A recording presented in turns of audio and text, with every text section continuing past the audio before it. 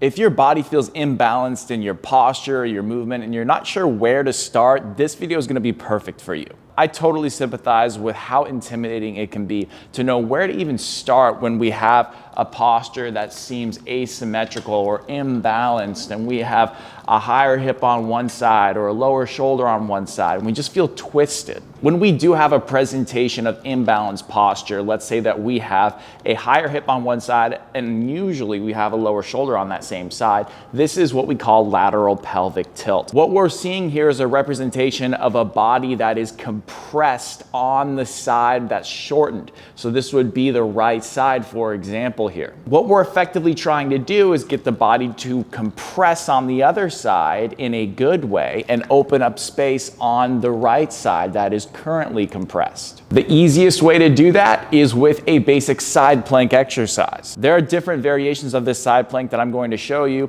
and different modifications you can add to it, but let's just explain why this would be helpful. One of the biggest imbalanced muscle groups when we're talking about asymmetrical postures is the obliques. Because clearly, if I were to do this, the obliques being muscles of side bending and pulling down of the rib cage would be overactive on this side relative to this side. So what we're seeing here is the obliques are pulling the rib cage down. The rib cage being pulled down is opening up this rib cage. So imagine if you took a breath in this position right here. You'd probably open up more space and expand the ribs on this side more than you would the compressed and pulled down side. So this is sort of like a feedback loop that keeps happening over and over and over again. So you're biased towards one side, but then your breathing strategy is going to follow the path of least resistance. So when you inhale, you're going to keep expanding the area you can most easily expand.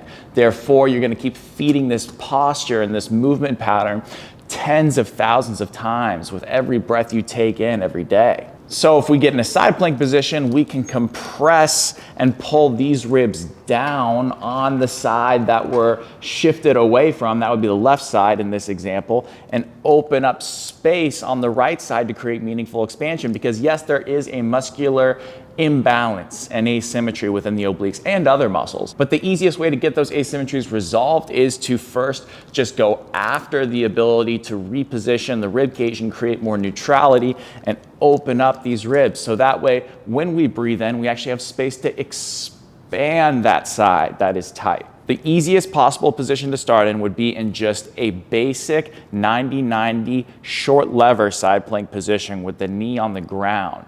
And that's because this is going to best leverage our oblique to create a position where it can pull the rib cage down on that side. The reason I don't like to go totally straight with the legs is because the obliques can, if they activate poorly, actually extend our back and make the problem worse. So our internal obliques attach on different areas of the rib cage. So they attach on the front, but they also wrap around the back side of the rib cage a little bit. So we want the fibers on the front to contract right here, because when these contract, they pull the rib cage down and rotate the pelvis back on that side.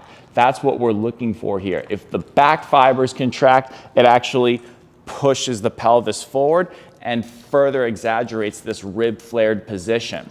So when we are in a lateral pelvic tilt position, we have more of an open space on this side, remember, or one side. The pelvis is usually more forward on that side, and on the other side that's more compressed, the pelvis is rotated back and the ribs are pulled down. So we want the fibers of the obliques that are going to help rotate this pelvis back and bring the rib cage down. And the easiest way to do that would be in a 90-90 side plank position.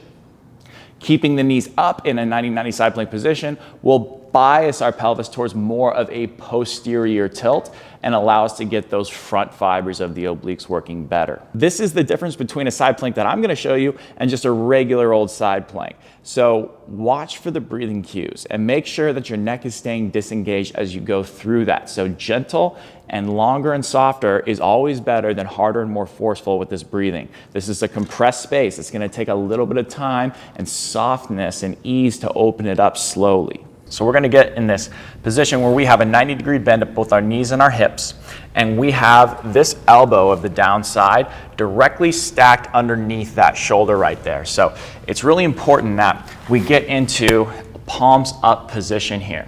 But if you feel any wrist or shoulder pain doing that, you could go more neutral as long as you're feeling this outer bone in your wrist right here in contact with the floor. So to initiate this, Trevor's going to push through the ground. He's going to go up and he's going to feel probably a little bit turn towards the left side, the downside left side there. So as he breathes in through his nose and out through his mouth, he's going to feel his left side abs engage more because they're working to hold him up here. But as he inhales, he's going to feel his right side open up a little bit. And he's just going to maintain that position as he goes through sets of breaths here. If this is making sense to you and you like this type of approach, check out my beginner body restoration program. It's designed exactly as the name suggests for anyone to be able to do, and it addresses many common postural and movement problems exactly like this. And there's even a way to make it more individualized to your asymmetries if you so wish. I will link it down below in the description. Now there's some things that we can add to this to make it even more effective once we get the basics down. Make sure you can manage the position well effectively first and add these things in. So one thing we can do is, let's say again, we're doing a side plank on the left, pulling the ribs down. We can add a slight overhead reach on the right side.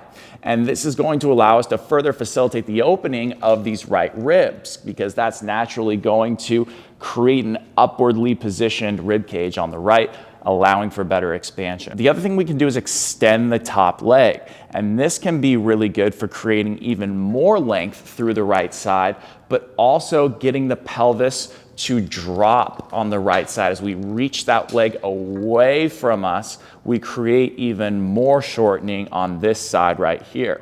I recommend doing this for at least 3 sets a day for about 5 to 10 slow breath cycles. Breath cycles, rather than time, creates an emphasis on what we're trying to achieve with the exercise. Rather than just holding a regular side plank for time, focus on the long, slow, controlled breath cycles.